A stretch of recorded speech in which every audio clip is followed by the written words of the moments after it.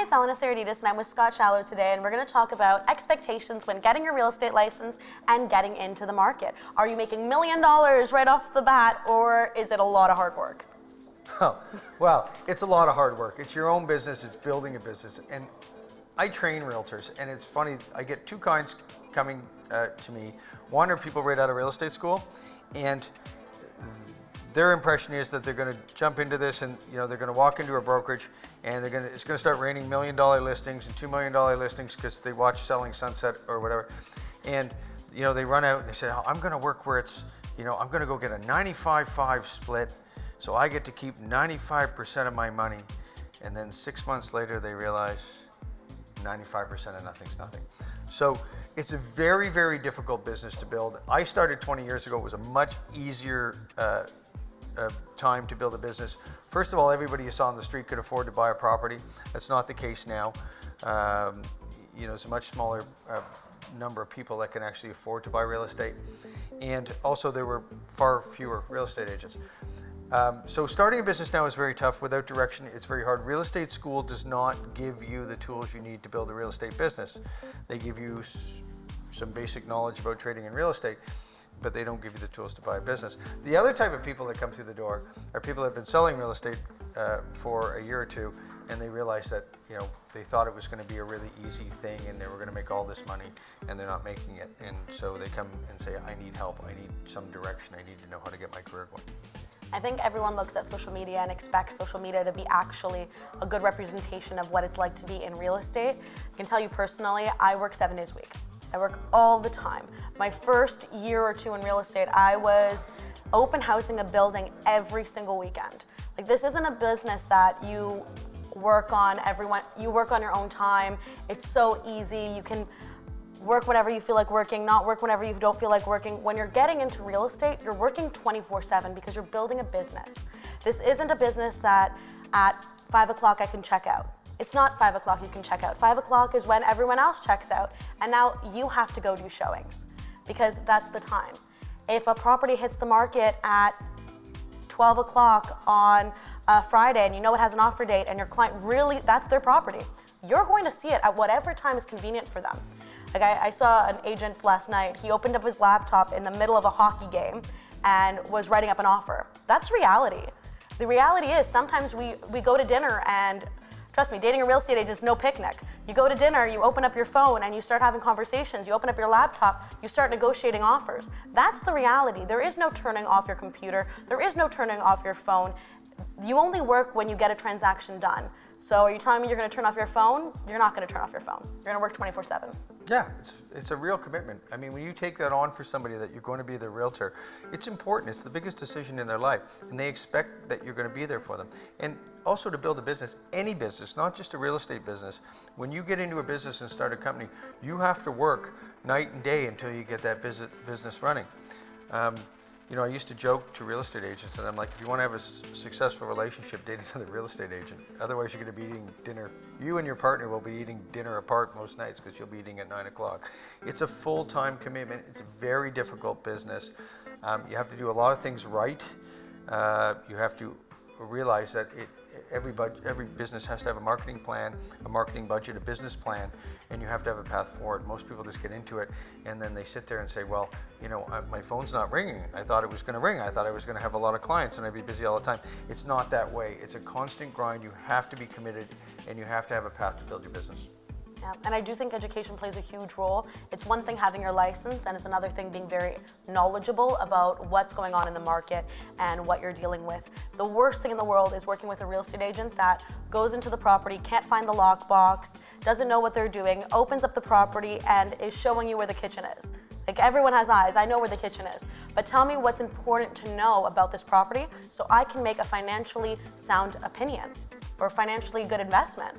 I watch people do this all the time. To be a successful real estate agent in this business now with the number of people that are in it, you have to be extraordinary. And I watch people all the time, you know, they walk up to the house, they open up the lockbox, they take the key out, they open the door and they go in, and exactly, this is the living room, this is the kitchen. That's being a tour guide. That's not being a real estate agent. There's nothing extraordinary about it. You're not providing any value to the clients. They can figure it out as the kitchen because it has the appliances. I think you have to have some knowledge about houses. You should educate yourself, particularly in Toronto when you're dealing with 100-year-old Victorian houses. You should be looking at these houses from top to bottom, outside to in, understanding all the major structural components, HVAC, plumbing, electrical, brick, roofs, chimneys, fascia, soffit, all grading, cast iron sewage pipes, big trees in the front yard, and the problems they can present. Where does the water flow around the house? All of these things are really, really important things to know, and things you should know as a realtor. No, you're definitely right. I think when we look at houses and when our clients look at houses, we're looking at them differently. We're looking at them as, are these good investments for our clients? Because at the end of the day, we're a referral business. If they found a property that's perfect for them and they thought we gave them the best service humanly possible, they're gonna repeat and refer you business all the time. Now, I've had clients where, actually this happened to me last night. I showed a property, it was a $2 million home in a great school district, and my clients came in to see it. I was a little bit earlier before they showed up. I already took a look around the property. The property, it was in good condition, but it was makeup on the pig, which I use it a lot with clients when it comes to, they've fixed up the house, but they didn't actually fix up the house. They changed the flooring, but the flooring still creaks. They painted the walls, but there's drip marks everywhere. They redid the kitchen, but did they really redo the kitchen? Did they just paint the cabinets? Now, when clients walk into the house, they're just looking at pretty and shiny. You actually have to be able to explain to them why this pretty and shiny works or doesn't work for them. The example that I used from last night, they were a family that was growing. They wanted to have their second kid. The moment I walked into the house, I knew this is not their house. And when they walked into the door 5 minutes later, because I was 5 minutes late, I told them, you can look around, but this isn't your house. And they turned to me and they're like, oh, why is it not? And I go, the bedrooms upstairs are too small. I can tell you right now, the family living here, they have 2 kids and they're moving out. And the reason why they're moving out is because it's not big enough to fit this family. And funny enough, after we finished touring the house, we left, we went across the street. The family that owns the house pulled up to the driveway. They opened up the doors. What happened? 2 kids came out. And they were babies. They were young kids. You would expect the smaller they are, the less room that they need. And you can already see that this family of 4 was struggling in the house that they were in, which means my couple would need to trade up the moment they have their second kid. There's not enough space in this home. And they turned to me and they said, Elena, you know what, you're right, let's keep looking. There's a difference between selling your clients on property and selling your clients on a property that works for them. And that's the most important thing when you're looking at selling real estate. Find the problems with the house, because in 3 years from now, in 4 years from now, in 5 years from now, you're gonna be responsible for selling that house. And you have to have pointed out the cons when you walked into that house, so when you go to sell it, it's not a mission impossible.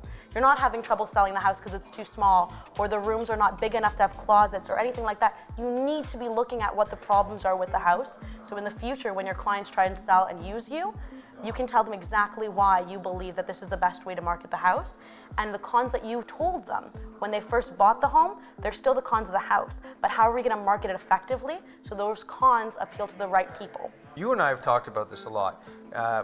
Both of us are of the same mind. We now probably talk, or we know we talk more people out of buying property than we talk into buying property.